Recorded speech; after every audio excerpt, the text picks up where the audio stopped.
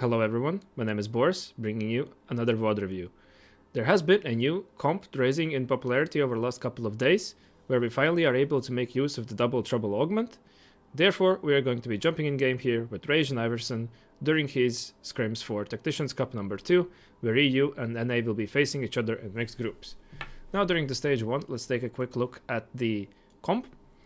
The idea here is to play around Malzahar as your primary carry and Lissandra holding your support items, and you go for preferably Nautilus 3 over Loris 3. However, whichever you 3-star first is going to be your main tank, and toss whatever resistance and specialist and high HP items you can on them. Now, the ideal build for Malzahar would be to go for double Nashor's JG, however, you might have to use one of those builds for the tank items. Now, let's back to the game.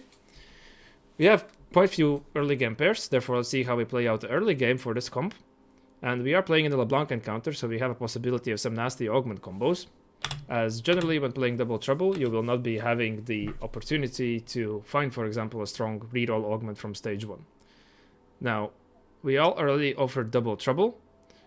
Heavy as the Crown would be something that we wish to play from a upgraded backline, something that we can capitalize on and then transition to one of the better users, such as something like a Demacia core. Prize Fighter, again, we would need upgraded units, therefore probably going to pass up on those.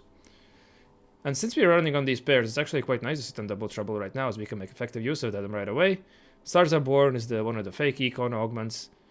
We do not have a particular unlock already to go for it. It would be great for something like Ori. Raining Gold, just a generic combat augment, econ augment that we're going to be passing up on right now, as we have a full bench and we're still lacking for direction. So we're just going to opt to lose streak here. Perhaps we're doing a little bit of limit testing to see how, not exactly how late, but how can you transition this comp from a lose streak? How much can it spike on, say, 3-5? Or, given we have a gold start, perhaps we can already try to look someone a level on 3-2. Now, we have already the second augment coming up. Titanic Titan allows us to go for a full sack and perhaps go for that big spike. It generally can be seen as another econ augment option. Similar as for good for something, we do only have a void staff that we do not have particularly any user right away. So we could also choose to go for that. Slightly magical roll, again, very strong augment. However, if we do get the roll of the spatula, then we do not particularly have a great use of it in this comp. Therefore, let's see what we go. We roll back up bows, find out position. We do decide to go for the slightly magical roll, and just feeds us more econ. So perhaps it was the best econ option, as once you get this raw gold in the early stages, we're already making 30 gold right away here, which is definitely going to spike our economy, and we can perhaps look for that 3-2 power spike. There is, unfortunately, people contesting our lose streak, therefore we're going to opt a full open.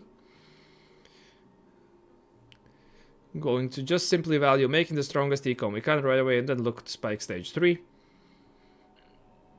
As we do not exactly have any units that we could be playing around right away. Now, we do high roll one Malzahar already, however, there is this guy with only a single Vi on his board. Therefore, we are going to perhaps delay buying it. I believe patience is a virtue. Yeah, they are patience is a virtue. They are playing in the bar. They have slotted some boards, so we can now finally drop our units. I did not see what our void mods were. I would assume for this comp, we're just generally looking for Leeching Nucleus to be first, as that's going to help our frontline stall a little bit more. And then we can go for Spine Shatters. That is just generic deep damage option. I highly believe that the Adrenaline modules is going to be quite bad, as that's simply a damage amp that stacks from attacks, and I do not think the attacks from Malzahar's ability count. In fact, I'm fairly certain that they do not, since they do scale from basic attacks generally. We're picking up a Nautilus on our carousel, so we can already start building around our core, and we have the third augment coming in already on 2-5. Now that we have made some econ, we could also go for hefty rolls, creating this very, very strong augment synergy that is only really available in this LeBlanc encounter. Feed the Flames would give us some tempo that I do not think we're still looking. I believe we're still looking to finish on a 5 loss. And we generally wish to have true tank items on our 3-star tank. Therefore, the Sunfire Cape would either have to be transitioned later on in the second tank, and Morello for Seraphine is going to be omitted. 2-trick an econ option. I believe we're fine on econ. Gonna roll that one first. Crowns will give us some damage items that we can already look to play around. Going to pass up on Hefty Lords as we believe that our strong flank is going to be strong enough. Now, yes, strongly considering Feeding Flames, we have already double bow, therefore we could, if we find more bows, that's a way we can use them to create anti-heal, right? And we do not have any rods, so we could use this rod to either transition into anti-heal as well, or go for probably the first rod is going to be committed to JG, and then if we get another, we can try to make anti-heal. Now, still, as we see, positioning in a way that we can ensure a sack. However, we also picked up a Shogat. We see that our first mod is Spikes, which is generally going to be good.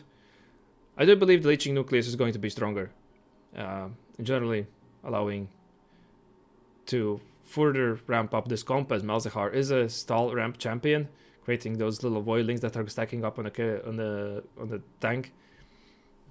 And that is also the reason why spam casting items such as and builds such as Double Nashers JG are so good on him. And now we already high roll a Seraphine. Now we're just being handed in as champions. However, I do not know if the Seraphine is going to really fit in until level 7. It could be something that we can do to choose in the Disruptor and just run a single copy of one of our tanks. However, if we do manage full 3 stars, then this would be the unit we're slotting in on level 8, as we definitely want to keep the Shogat around for a Void mod. And we do get a double rod drop that we could perhaps transition into something like a Death Cap as well. Could be completely fine. Going to opt to make the Void Staff right away. Going to perhaps, considering to making that Rabadons, we could also just off the Reforge, but I'm not sure if that's the best of the outs. Going to make Rabadons completely fine, get some damage going, try to kill some units. As you know, we are not always rigidly locked into our base, do not need to greed the components right away. We have the board that we can perhaps start winning rounds on, and we already have managed to do so. Trying to preserve as much of the HP as we can. And generally, also, we can see we have very good econ situation, and that's the thing with the 3-cost reroll comps, is that they're very, very heavily econ dependent. Finding a 3-star 3-cost is the most expensive unit kind of type you can go for, apart from obviously 3-star 4-costs or 5-costs. Talking about the carries that you can generally hit from game to game. And we want to have a strong stage 3, as we might be falling a little bit behind the 2-star 4-costs that are loaded in at early stages of stage 4 until we have managed to hit some of our units. Fighting against a Rek'Sai with a Darken Bow, so this is probably some kind of Belva build. And fortunately, a Malzahar lives, but that's the part of, if you leave this kind of gap for a Rek'Sai to come in the corner, she can very much get in your backline. Thankfully, she's not as juiced up as Fizz was last patch, so she's not absolutely nuking your boards, but however, she can definitely propose a dominant threat. Going to go for another Nautilus, and it gives us the tank component. We have the full damage components right now, so we should be starting considering building some of the tank items, as we do want to definitely load in the stage 4 with at least like a couple of tank items. Slot in our Piltover. This is another TNT of Bear Seraphine. She uses a Piltover mod. And since we're running Double Trouble, we're not stopping only to roll on the single. When we have upgraded our Malzahar, we're going to keep rolling a little bit more so we can get a second copy. See, we even opt to pass, making up the Nautilus 2 here right away, because we do not have the extra copy, so he does not get the damage benefit buff. Hence, running 2-star 1-star Nautili is going to be stronger. Fighting against a bodyguard training with Yordle Emblem Leona too. Definitely cooked up some cooked board. We managed to find a second 2-star Nautili. Malzahar. However, we are still lacking on the Nautilus. Therefore, our frontline is not getting that extra buff. However, since we have slammed also a tank item, we should be quite strong. Going up against the Garen in the Kai'Sa board, that's another variation that has been played. The more people are playing around Swade, more people are going to be looking to hold on to Nikos to be able to play for attack adaptation of Arcanist buff, and if you're already holding onto a Nico, then making a Garen from the Demacia players can be quite strong, and it definitely plays into that Kai'Sa line as a prominent tank, as you have another strong tank option to roll for. During your stage 4, as also Wukong can be heavily contested, and as many people are playing Kai'Sa, Rift Herald obviously can be quite contested as well. do get after another bow, hence we're just going to go up. Since we already killed the rod for our crown guard, we're going to pass on the optimal build of double nushers JG, showing how to be flexible with your items and just get the utility sorted out right away. Queuing into a player that is currently sacking, looking to, with the Infinity Protection, probably going for Commander Slayer's Belvet board. From Cambuli, not that strong right away, so we should be able to definitely pick up a win here. Sitting at 52 HP, it's a little bit on the scarier side. However, this board is definitely showing promise. Like, it's already quite stable. Going to roll deep here. As we are one buff Malzahar, able to find a Malzahar, so we definitely have our power spike here. On one of Nautili as well, so we're going to see if we can keep digging that for that. However, not going to completely nuke our recon. We should be quite stable on this Malzahar 3 as we have managed to quit it quite early. And yeah, we're only facing a 2-star Ari, as generally Sloppy does not seem to be that on the stronger power curve side. However, they have sent to 0 with a single leak on augment. Therefore, perhaps Cubixon has missed and seems to be contested. Now we have seen another Void Slayer board from Jazz Latte. And it seems there to be a Kaito playing around some kind of Diana board. I would assume that would make sense they're playing Asol. However, from this HP count, I would not be so sure. Going against the Lysandra board, it probably is going to be playing around Seraphine. This is one part where you can get stuck on level 8 before you make your level 8, as Seraphine is quite popular in the current meta. And we can see that she's definitely providing a nice buff. And as a 1-star, she can always be distorted in, and the Piltover mod is going to be quite very much of use. I would assume Blast Shields to be the better one, since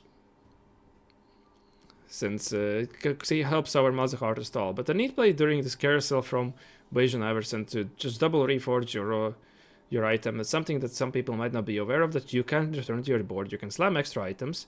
In case you have a Pandora's, you can slam an item that is going to you'll be able to complete with an item you pick up from the carousel, or if you're unsure of the component to take, you can just use your reforgers also to help you make that decision.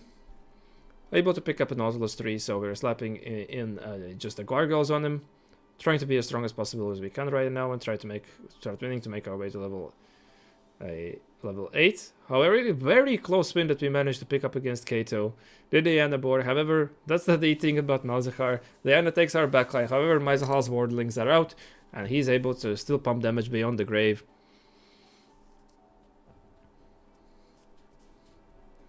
Are holding on to the last copy of Loris. With the Seraphine Lysandra boards, Loris is also something that could be somewhat contested, therefore it's completely fine to not be able to chase him. Generally, once you hit one of your 3-star tanks and your Malzahar, you're going to be wanting to push levels. And we have managed to close out the stage on a 6 streak, so definitely our econ has rebounded. And we're going to go to level 8, and I'll be interested to see if we're going to push. If we do push our levels, we can either perhaps look into salting another Seraphine, or just go for a generic tank like a Taric or some sort.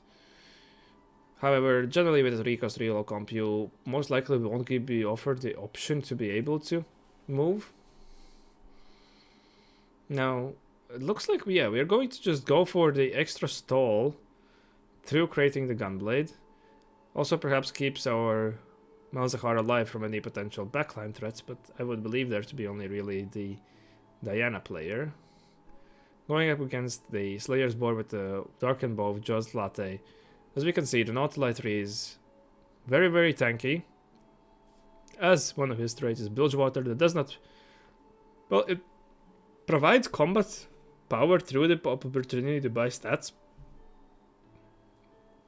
However, as we are running both of his traits in form of Juggernaut and Warden, and the trait does not provide exact combat power as a guaranteed thing, he's just the straight up better unit to go for. Loris only having Warden and the Piltover mod having quite a bit of his power budget.